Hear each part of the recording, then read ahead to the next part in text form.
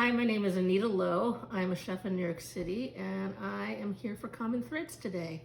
Today we're going to be talking about knife skills. So if you look here, these are pretty much the 3 knives that you will ever need.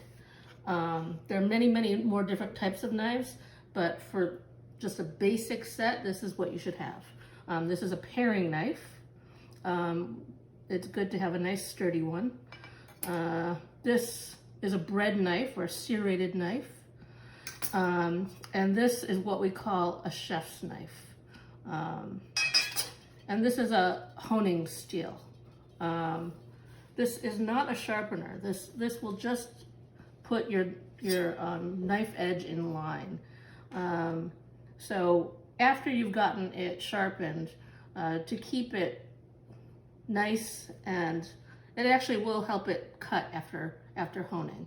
But what you want to do is let it go at a 20-degree angle on both sides. Well, this is a 2-sided knife. Some knives are one-sided, but this is a 2-sided knife. So I am going to do 20 degrees on each side. And basically I am pulling down and trying to maintain that 20-degree angle throughout the entire time. And that will hone the knife. And you'll see it'll make it a little bit sharper. Not necessarily sharper, but you have to get that sharpened by, I would suggest if you're a home cook to get a professional to do it, but you can learn how to do it yourself. There's online. This is the same thing. This is the paring knife. Again, 20 degrees. Okay.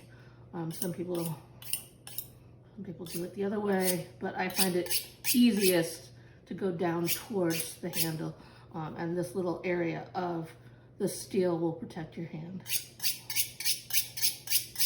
Okay. Now, I have some Italian flat leaf parsley here, and I'm going to show you some first knife skills. So basically most people want to just hold the knife in the back here. And yeah, I mean, it's a handle that makes sense.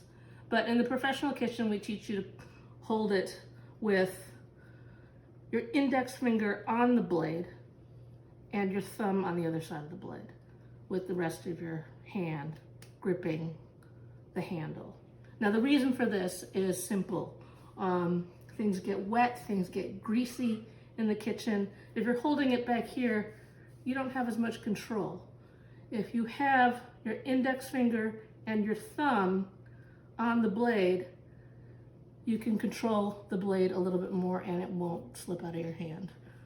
Also, that is where the balance is on the knife, and you want the knife to do the work. You don't really want all of your arm doing the work. So again, holding it at the balance point. Now, most knife skills, or the one that I'm going to show you right now, is an elliptical motion. You're keeping one part of the blade always on the cutting board. And as you can see, my hand is doing this elliptical motion. So when I am going down, I am pushing the blade forward, and that way the blade will do the work. If I'm just going straight up and down, I'm going to bruise what I'm doing, bruise what I'm cutting, and you don't want to bruise, especially a thing like an herb, because all the flavor is in the juices in there, and you know, if you ever really bruise it, you can smell it. It smells like, you know, mown lawn. But if you could just cut it, all of the flavor will stay in it. So, again, holding at the balance point. I am right-handed, so my left hand is going to hold the ingredients. My hands are washed. I'm actually going to be cooking this, so, you know, in a professional kitchen, we'd always be wearing gloves. But I'm at home right now, and this is going to get cooked, so that will kill things. But Okay, so again, so I'm holding whatever I'm cutting with my left hand, and I'm using what you guys are calling a bear claw. So why that's important is that the knife just hits the knuckle. If you have anything sticking out, you can cut it off. So be careful to get your thumb behind your fingers, and your fingers are not straight, they're curled under, okay? And that way, this fat part of the knife just hits your knuckle, and it's safer, okay? And again, I am sliding through here. Sliding through as I'm going down. I'm gonna slow it down for you, okay? Slide. Again, my right hand is making an elliptical motion. My left hand is holding the ingredients in place. And the knife is sliding through the ingredients, okay? Now I can go faster, I can do it without looking.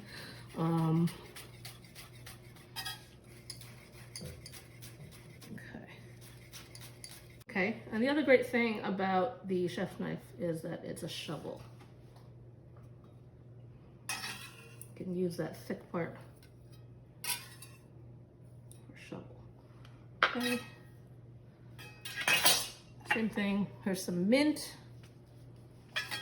You know, if you want to get really technical, basically there's several parts of this knife.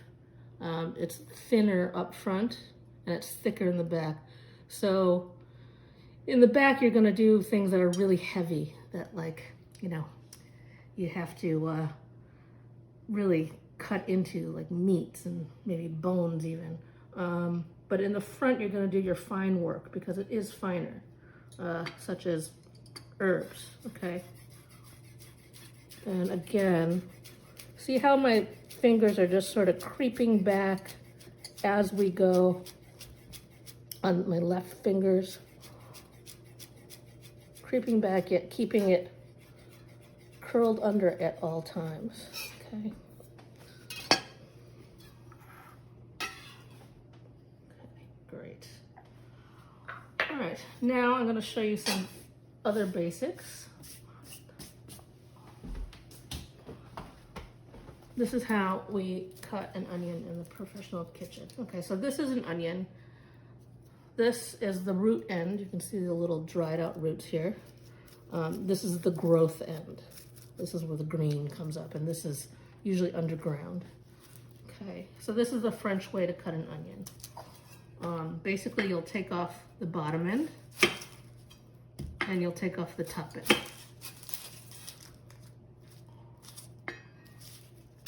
And you could use this in stock, so I like to save that. Then I've got the bottom end on the bottom, or down, and I'm just going to cut it in half, okay? And then it should be pretty easy to pull off anything dried, or as you can see, this is a little bit old. It is a little translucent, so I pulled that off as well because that's not going to taste that great. See, you can see there more, okay?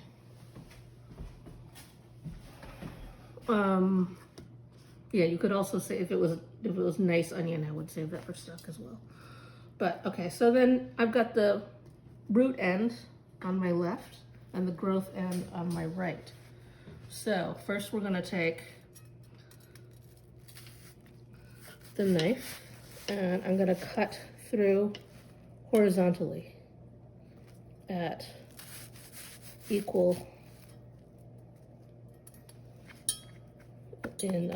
equidistant from each other, okay?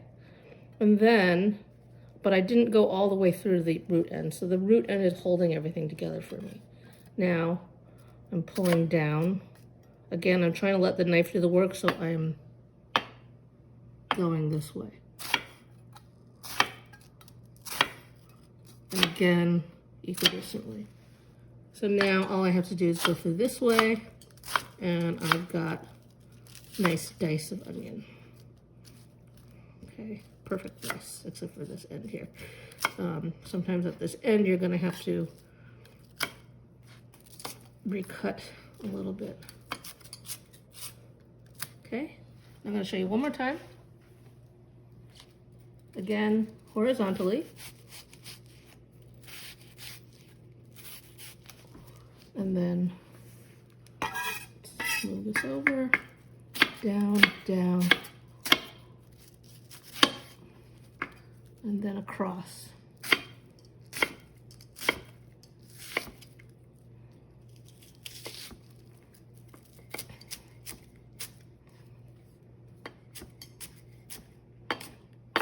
You could also do it the other way around, you know, go up and down first and then across. I find that it starts to spread out that way, and it's just easier to do it horizontal first. Okay, that is an onion.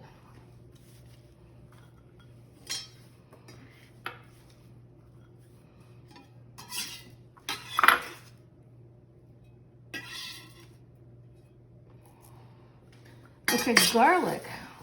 I'm going to show you a technique. You don't have to use this technique, but I find it easier. So I've got a head of garlic. I'm going to just take one piece off. I could, so this is the thick part of the knife again. I could hit it, but I think that is a little bit more dangerous. I think it's easier if I just, you know, control and press. And when I do that, all of the oils from the garlic will get pushed out a little bit, and it will help me to remove the skin. Now, when you're cooking, you want to think about what it's going to be like to eat. So that little dried piece is not going to be lovely to eat, so I'm going to usually take it off. Also, sometimes in the center there's a green piece like this. If it's green, you don't want to use it. It's hard to digest, and it can be bitter. So now I like to take the garlic a little bit closer to the edge of my board, and then, yeah, so I get to use all parts of this knife, okay? And I'm just taking a little bit at a time. I'm going to mash it. And again, I'm using a little bit of a elliptical motion here. And the top edge of the knife is really, so it's like that, okay? And then all I have to do is go through, this is another motion. Again, one part of the knife is always on the board, and it's just a rocking motion. And now I've got very finely chopped garlic. Okay. Now I'm gonna put on a glove, because the next two things that I'm making will be eaten as is. So, tomato, this is what you're going to use your paring knife for. It would be very awkward to do this, although it's doable. I'm just going to take out this belly button.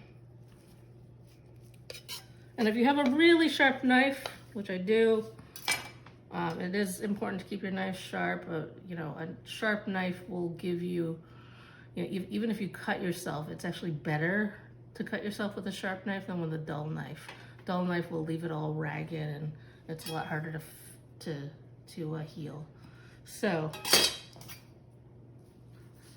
this, and these are, I think you just have to keep buying new ones. They're very hard to sharpen. There is a little tool that you can use, but it doesn't really sharpen it. But these actually last pretty long. So, but this is a good thing to use for your tomato. Okay. You can also use it for bread. As you can see, it's a slightly harder to cut with this type of knife. So that's why that's useful. Thank you for supporting Common Friends.